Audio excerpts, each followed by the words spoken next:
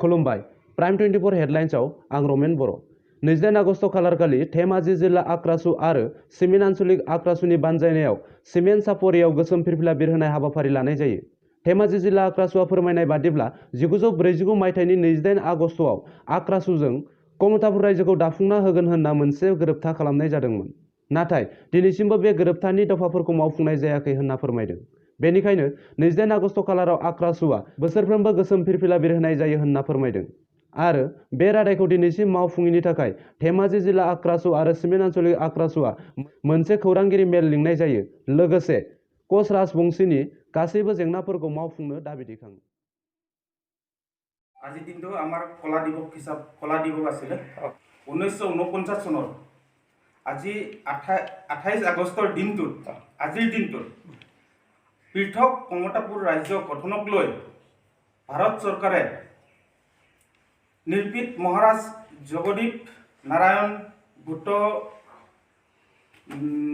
বাহাদুৰৰ মাজত চুক্তিখন আজিৰ দিনটোত স্বাক্ষৰিত হৈছিল, যাৰ কাৰণে পৃথক ৰাজ্য গঠন প্ৰক্ৰিয়াটোক লৈ পিনি। কিন্তু আজি আমি কোচ ৰাজবংশী জনগোষ্ঠীটো গ শ্ৰেণীৰ মৰ্যাদা পাব লাগিছিল। তাৰ পিছত আমি আজি নোপোৱাৰ বাবদ আৰু মৰ্যাদা নোহোৱাৰ বাবদ আজি আমি ধেমাজি জিলা কোচ ৰাজবংশী ছাত্ৰ সন্থাই আমাৰ নিজা কাৰ্যালয়ত আমি আজি কলা দিৱস আমি পালন কৰিছোঁ আৰু কলা পতাকা আমি উত্তোলন কৰিছোঁ। আজি আমি এইটোৱে ক'ব বিচাৰোঁ যে আজি কেন্দ্ৰীয় আৰু ৰাজ্য চৰকাৰ যিহেতু বিজেপি নেতৃত্বাধীন চৰকাৰখন আছে আৰু সেই চৰকাৰখনত যোৱা বিধানসভা নিৰ্বাচন আৰু প্ৰত্যেক নিৰ্বাচনৰ প্ৰাক মুহূৰ্তত তেখেতলোকে এটাই প্ৰতিশ্ৰুতি আমাক দি থাকে যে আমি যদি নিৰ্বাচনৰ গাদীত বহো তেতিয়াহ'লে আমি কোচ ৰাজবংশী জনগোষ্ঠীৰ পৃথক কমতাপুৰ আৰু ৰাজ্য আৰু লগতে জনজাতিকৰণ আৰু লগতে কোচ ৰাজবংশীৰ বিভিন্ন ধৰণৰ সমস্যাখিনি আমি সমাধান কৰি দিম বুলি তেওঁলোকে প্ৰতিশ্ৰুতি দি আছে। আৰু এতিয়া আমাৰ অহা 2021 চনৰ যিটো নেকি বিধানসভা নিৰ্বাচন আহি আছে, তেখেতলোকে এই পৰ্যন্তও কৈ আছে যে কোচ ৰাজবংশী জনগোষ্ঠীৰ সমস্যা আমি সমাধান কৰি দিম বুলি। কিন্তু আমি আজি আমাৰ নিজা আক্ৰাসুৰ কাৰ্যালয়ৰ পৰা এটা চৰকাৰক আমি হুকুম দিব বিচাৰোঁ যে আগন্তুক যদি আমাৰ 2021 চনত যদি কোচ ৰাজবংশী জনগোষ্ঠী পৃথক কমতাপুৰ ৰাজ্য আৰু যদি আমাৰ জনজাতিকৰণ আমাক নকৰে তেতিয়াহ'লে আমি তেখেতলোকক আমি ধেমাজি জিলা কোচ ৰাজবংশী জনগোষ্ঠীৰ লগতে আমাৰ ধেমাজি জিলা আক্ৰাসুৱে তেখেতলোকক আমি প্ৰত্যুত্তৰ দিবলৈ সাজু হৈ আছোঁ। আজি আমি অসমত যিখিনি নেকি আমাৰ আক্ৰাসুৰ বিষয়ববী আছে আৰু যিমান জিলা আছে সকলো জিলাতে আমাৰ আজি এই কলা পতাকা উত্তোলন কৰা হৈছে আৰু কলা দিৱস মানা হৈছে আজি। আৰু লগতে আজি আমি সেই অনুযায়ী আজি আমি ধেমাজি জিলা আক্ৰাসু আজি আমি দিনৰ পুৱা 7টামান বজাৰ পৰা কলা পতাকা উত্তোলন কৰিছোঁ।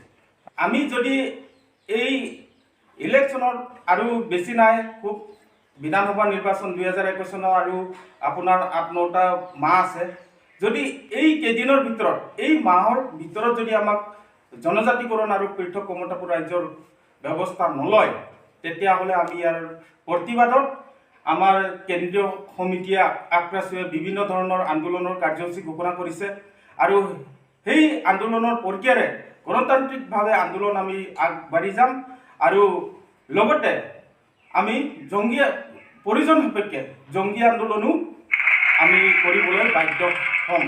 আমি এইটোৱে জানো যে আমি কেন্দ্ৰীয় চৰকাৰ আৰু ৰাজ্য চৰকাৰে যিহেতু আমাক প্ৰতিশ্ৰুতি দিয়ে আছে আৰু আমি বহুত আশাত আছোঁ এতিয়াও যে আমি কমতাপুৰ আমি কোচ ৰাজবংশী জনগোষ্ঠী পাব লাগে বুলি আশাত আছোঁ আৰু জনজাতিকৰণ পাব লাগে বুলি আশাত আছোঁ।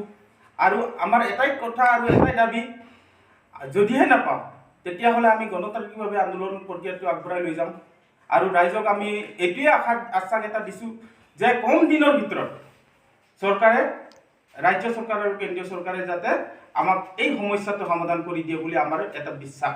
আমি এটাই কথা কৈ আছোঁ যে যদি 2021 চনৰ নিৰ্বাচনত আগতো বহুত চৰকাৰ গ'ল, কংগ্ৰেছ নেতৃত্বাধীন চৰকাৰ 15 বছৰ কাল ৰাজ্যত শাসন কৰিলে, গাদীত বহিলে। তাৰপিছত আহিলে বিজেপি চৰকাৰ এতিয়া বিধানসভাৰ 5 বছৰ কাল অতিবাহিত হম অৱস্থা। যিহেতু আমাক তেখেতলোকে এতিয়ালৈকে এটা আশ্বাস প্ৰদান কৰিছে, আমি এতিয়া চৰকাৰক ক'ব বিচাৰোঁ যে যদিহে আপোনালোকৰ চৰকাৰৰ বিজেপি নেতৃত্বাধীন চৰকাৰ যদি গাদীত বহি আপোনালোকে যদি আমাৰ পৃথক কমতাপুৰ আৰু জনজাতিকৰণ নিদিয়ে, তেতিয়াহ'লে হয়তো আমি আগন্তুক বিধানসভা নিৰ্বাচনত আমি অন্য এটা পদক্ষেপ ল'ম বুলি আমি এটা ক'ব বিচাৰিছোঁ। আমাৰ আক্ৰাছু কেন্দ্ৰীয় সমিতিৰ লগত যিহেতু কোচ ৰাজবংশীসকলৰ সমস্যাক লৈ যিহেতু ত্ৰিপাক্ষিক বৈঠক হৈও গৈছে বহুতবাৰ, তাত তেখেতলোকে প্ৰতিশ্ৰুতি এটা দিছে যে আগন্তুক বিধানসভা নিৰ্বাচনৰ আগে আমি আপোনালোকৰ জনজাতি প্ৰক্ৰিয়াটো আগবাঢ়ি আছে আৰু আমি ঘোষণা কৰিম বুলি তেওঁলোকে আশ্বাস দি আছে আৰু তাৰে আশাত আমি এতিয়াও আছোঁ। গতিকে নিৰ্বাচনৰ আগে এইটো আমাক সম্পূৰ্ণ প্ৰক্ৰিয়াটো যাতে সমস্যাবিলাক সমাধান কৰি দিব লাগে বুলি আমি চৰকাৰক এইটো ক'ব বিচাৰোঁ।